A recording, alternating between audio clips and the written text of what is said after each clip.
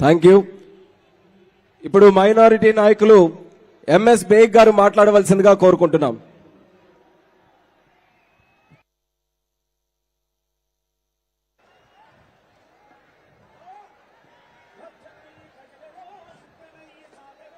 ఈరోజు యువగళం నవశకం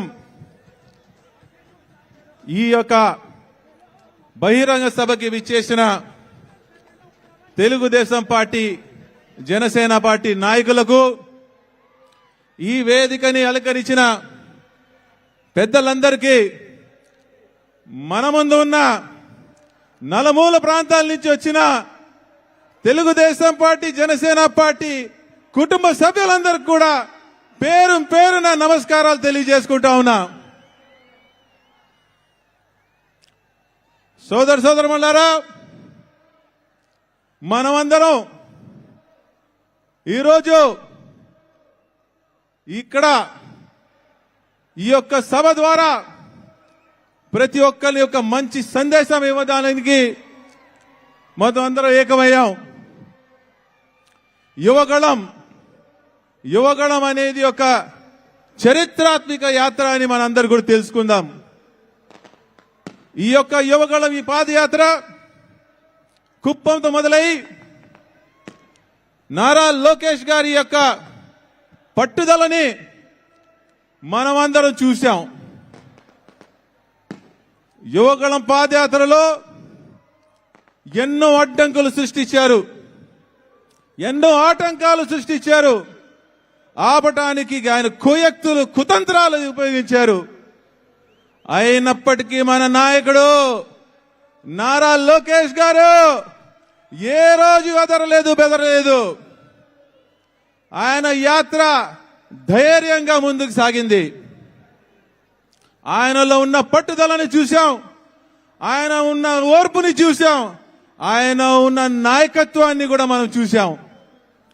ఈ యొక్క పాదయాత్రలో కోట్లాది మంది ఆంధ్ర ప్రజలందరినీ నారా లోకేష్ గారు ప్రతి ఒక్క గుండె చప్పుడు విన్నారు, ప్రతి ఒక్క సమస్యల్ని తెలుసుకున్నారు. అనేక మీటింగ్ల ద్వారా ప్రజల పట్ల జరుగుతున్న ఈ యొక్క జగన్మోహన్ రెడ్డి యొక్క అరాచకాలని అవన్నీ తెలుసుకున్నారు. ఒక ఆంధ్ర రాష్ట్ర మంచి భవిష్యత్తు ఉండాలి, ఒక ఆంధ్ర రాష్ట్ర యువతకి ఒక బంగారు భవిష్యత్తు ఉండాలని చెప్పి ముందుకు సాగిన ఈ యొక్క యువగళం పాదయాత్రలో ప్రతి ఒక్క గుండెని తాకి, ముఖ్యంగా మన మైనార్టీ సోదరులందరినీ కూడా సుమారు 20కి పైగా మీటింగ్లందరికీ ఏర్పాటు చేసి మైనార్టీస్ యొక్క క్షేత్ర స్థాయిలో పడుతున్న ఇబ్బందుల్ని, సమస్యల్ని తెలుసుకున్నారు మన లోకేష్ గారు. మైనార్టీస్ ని మన లోకేష్ గారు మీటింగ్స్ ద్వారా ఏ రకమైన సమస్యలు ఉన్నాయని తెలుసుకొని నారా లోకేష్ గారు ఈరోజు సంసిద్ధంగా ఉన్నారు. రేపు తెలుగుదేశం పార్టీ అధికారంలో వచ్చాక మైనార్టీస్ కి ఇంకా ఎక్కువ చేయడానికి ఈరోజు ఆయన సంసిద్ధంగా ఉన్నారు. మనమందరం కూడా మాట్లాడాల్సుకోవాల్సింది చాలా ఉన్నాయి. తెలుగుదేశం పార్టీ 2014లో నారా చంద్రబాబు నాయుడు గారు అధికారంలో వచ్చాక మైనార్టీస్ ఒక నూతన అధ్యాయం వచ్చింది, ఒక కొత్త చాప్టర్ మొదలైంది మైనార్టీస్ జీవితాల్లో. మొట్టమొదటిగా నారా చంద్రబాబు నాయుడు ఆ రోజు దుల్హన్ పథకం ద్వారా సుమారు 33,000 మహిళలను, ముస్లిం మైనార్టీ మహిళల్ని 155 కోట్ల రూపాయల ద్వారా ఆ రోజు దుల్హన్ పథకం ద్వారా అందజేయడం జరిగింది. అలాగే యువతకు విదేశీ విద్య 50 కోట్ల రూపాయలు విదేశీ విద్య సదుపాయం కల్పించి ఎంతో మంది యువకులకి వాళ్ళ యొక్క విదేశీ విద్యలో వాళ్ళ భవిష్యత్తు ఇవ్వడం జరిగింది. మరి మనం చూస్తే మైనార్టీ సోదరులు ఎప్పుడు కూడా వెనుకబడి ఉన్నారని చెప్పి ఆ రోజు మన మైనార్టీ సోదరులందరూ కూడా వ్యాపారాలు చేసుకోవాలి, పెట్టుబడులు కావాలి, వాళ్ళందరినీ కూడా పేదరికం నుంచి పైకి తీసుకురావాలని చెప్పి మైనార్టీ ఫైనాన్స్ ద్వారా ఎన్ని కోట్ల రూపాయలు చెప్పినా ఆ రోజు మైనార్టీస్కి ఇవ్వడం జరిగింది. మరి అన్ని చూస్తే మైనార్టీ లీడర్షిప్ ని కూడా మనం మాట్లాడుకోవాలి. తెలుగుదేశం పార్టీలో తెలుగుదేశం పార్టీ అంటే మైనార్టీస్ అంటేనే తెలుగుదేశం పార్టీ. మనం అందరం చూస్తా ఉన్నాం. తెలుగుదేశం పార్టీలో ఉన్న ఎంతమంది మైనార్టీస్ ని మనం అందరం కూడా లోక్సభలో చూసాం, రాజ్యసభలో చూసాం, అసెంబ్లీలో చూసాం, కార్పొరేటర్లుగా చూసాం, జెడ్పీటీడీ చైర్మన్లుగా చూసాం. చంద్రబాబు నాయుడు గారు మైనార్టీస్ ని ప్రత్యేకంగా గుర్తించి ఉన్నత పదవుల్లో ఆయన ఏర్పాటు చేయడం జరిగింది. మైనార్టీస్ కి నాయకత్వం ఇవ్వడం జరిగింది. దానికి ఈ రోజు మీ ముందు నేను మాట్లాడుతున్నాను. అదే దానికి నిదర్శనం. ఒక మైనార్టీగా నన్ను పిలిపించి మీ అందరితో మాట్లాడించడం అనేది ఇక మైనార్టీస్ యొక్క స్థానం ఏంటంటే తెలుగుదేశం పార్టీలో మనకందరు గౌరవించే స్థానం వచ్చారని చంద్రబాబు నాయుడు గారు మరి మర్చిపోవద్దు. అలాగే తెలుగుదేశం పార్టీ ఒక లౌకికవాదమైన పార్టీ. మన పార్టీలో ఎక్కడైతే అన్యాయం జరుగుతుందో మనం అందరం అమరావతి రైతుల గురించి చూశాం. అమరావతి రైతులకు అన్యాయం జరుగుతున్నప్పుడు మన ఆంధ్ర రాష్ట్ర ప్రజలందరూ కంగారు పడి బాధపడ్డారు.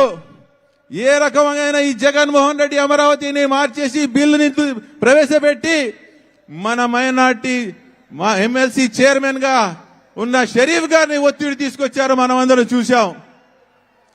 ఆ రోజు ఇదే జగన్మోహన్ రెడ్డి సభలో షరీఫ్ గారి మీద లేనిపోని అభాండాలు మాట్లాడాడు.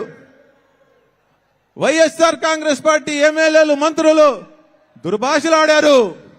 ఒక సాయిబుకే పుట్టారా అని చెప్పి వైఎస్ఆర్ కాంగ్రెస్ పార్టీ నాయకులు చెప్పారు. సిగ్గుండాలి వైఎస్ఆర్ కాంగ్రెస్ పార్టీ నాయకులకి. ఆ నమ్మకాన్ని నారా చంద్రబాబు నాయుడు గారు ఇచ్చిన నమ్మకాన్ని ఒక మైనార్టీ నాయకులుగా షరీఫ్ గారు ఆంధ్ర రాష్ట్ర ఆత్మగౌరవాన్ని కాపాడిన ఘనత మా ఎమ్మెల్సీ షరీఫ్ గారిది.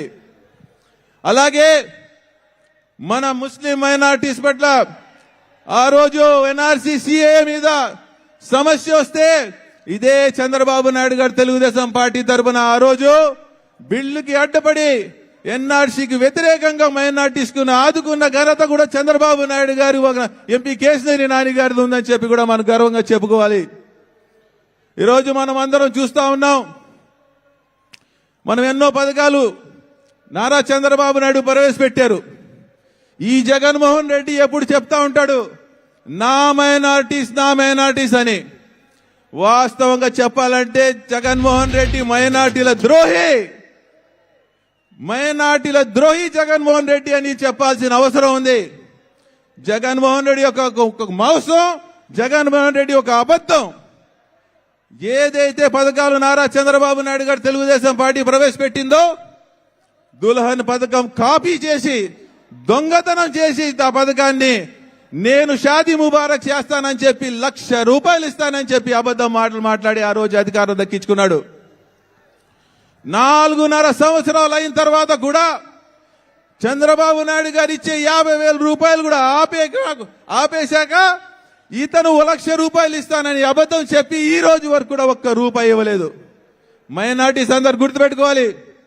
అలాగే మనం అందరం చూస్తా ఉన్నాం. ఎంతో మందికి హామీ ఇచ్చాడు జగన్మోహన్ రెడ్డి, ఒక్క లోన్ కూడా ఇవ్వలేదు. ఈరోజు మైనార్టీస్ ఎంతో వెనుకబడి ఉన్నారు. మనం అందరూ కూడా ఏకతాటి మీద రావాల్సిన అవసరం ఉంది. త్వరలోనే ఎలక్షన్ రాబోతా ఉన్నాయి. 2024 ఎలక్షన్లు ఇక 100 రోజులే ఉన్నాయి. త్వరలోనే మనం అందరం కూడా ముస్లిం సోదరులందరూ కూడా రంజాన్ కూడా రాబోతుంది. ఎలక్షన్ టైంలోనే రంజాన్ కూడా రాబోతుంది. మనం అందరం చంద్రబాబు నాయుడు గారంటే రంజాన్ గుర్తొచ్చింది.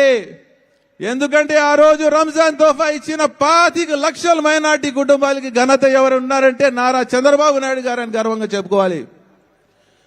రేపు రంజాన్ వచ్చేటప్పుడు మనమందరం కూడా మళ్ళీ రంజాన్ తోఫా నారా చంద్రబాబు నాయుడు గారి దగ్గర తీసుకోబోతున్నాం. నారా చంద్రబాబు నాయుడు గారి అధికారంలో వచ్చాక మనమందరం కూడా నారా చంద్రబాబు నాయుడు గారి దగ్గర తోఫా తీసుకోబోతున్నాం. మన మైనార్టీ సోదరులందరూ కూడా ఇక్కడి నుంచి నేను పిలుపుస్తున్నా. मेरे माइनॉरिटी भाइयों 25 लाख मुसलमानों आंध्र प्रदेश के उन तमाम लोगों से मैं गुजारिश करता हूं, हमें एक होना है. మేమందరం కూడా ఒకటవ్వాలి. చంద్రబాబు నాయుడు